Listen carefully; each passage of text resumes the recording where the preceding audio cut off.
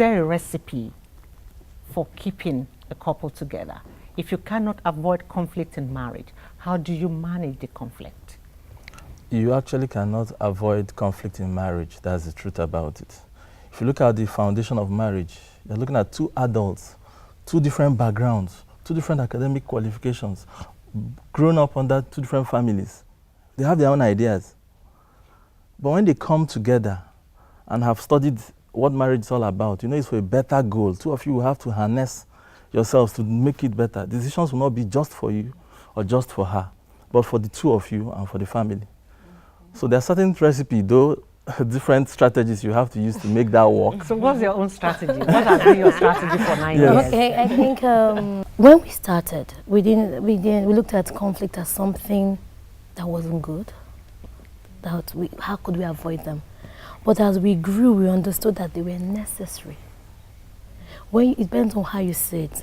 We now see it when conflicts come, if I'm right, my husband, we look at it as something it's an opportunity to bond more. It means there are loopholes we have not worked on. It's just telling us, just like when you're ill and you're in pain, if you're not in pain, you won't even know you're not feeling well. So those conflicts actually tell you something is wrong in this area, work on it. The issue is we're running away from what will give us a better marriage. Okay. What if you're in a situation where you're dating someone who is afraid of commitments for whatever reasons and whatever issues that he's had in the past or she's had in the past?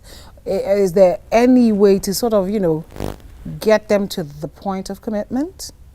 When they're not ready to commit. When they're scared of commitment, for whatever reasons, maybe based on their growing up or what they've seen around them, and they're saying, you know what, this institution doesn't really work and it's not for me, and I'm too scared to go into it because this will happen to me. Is there anything that the other party can do to sort of, and tell them that, this will be different? Okay. I think that's why in my own circumstances we do pre-marriage counseling. And pre-marriage counseling is not a complete commitment that you will get married. It is a class so that you can decide, is this really for me? When you go through the different aspects of marriage. If you want to try and encourage somebody to get married who in their heart they're not ready to get married, then there's a lot of time, a lot of patience that you need to work on to discuss, to find out what's the root of their problem. Is it a family background problem? Is it a personality problem? When you introduce yourself to somebody, you talk about what is above the roots. But if you really want to know somebody, you go below the roots. You go below the surface.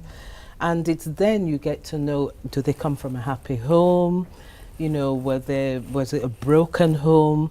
Was it a home where they stayed just because of the children?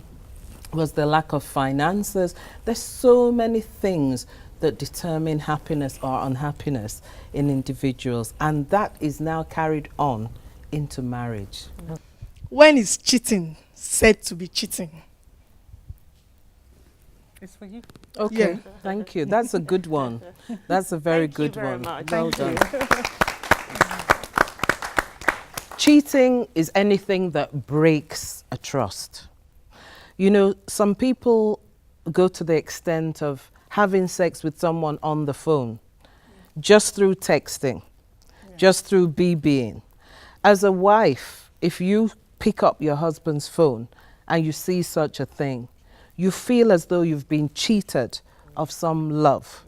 So as little as, someone having sexy talk with another person on the phone is cheating. Yes. The fact that you are with your wife or you're with your husband and you're eyeing other people of the opposite sex, that is also cheating. Are you with me? So you don't have to get physical with anybody before you're classed as cheating. The period of courtship or dating, does it have any relationship or does it in any way reduce conflict in marriage? Like people go into marriages after 3 months of courtship and at the end they're having problems, and 8 years of marriage they're having problems. Is there a relationship? Is there supposed to be a time frame for a normal courtship? I have some friends who were in courtship for 10 years and then they decided to get married, and their marriage only lasted 1 year.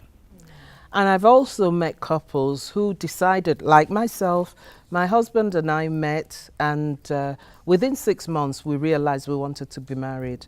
And the following year we were married. And we've been married 29 years. Wow. So how important is it for a couple to have the same bedroom? Oh, or is it very. advisable to have No, different I bedrooms? am totally against separate rooms, because at the end of the day, even if you are fighting, in the middle of the night, one of you will forget you are fighting and you'll still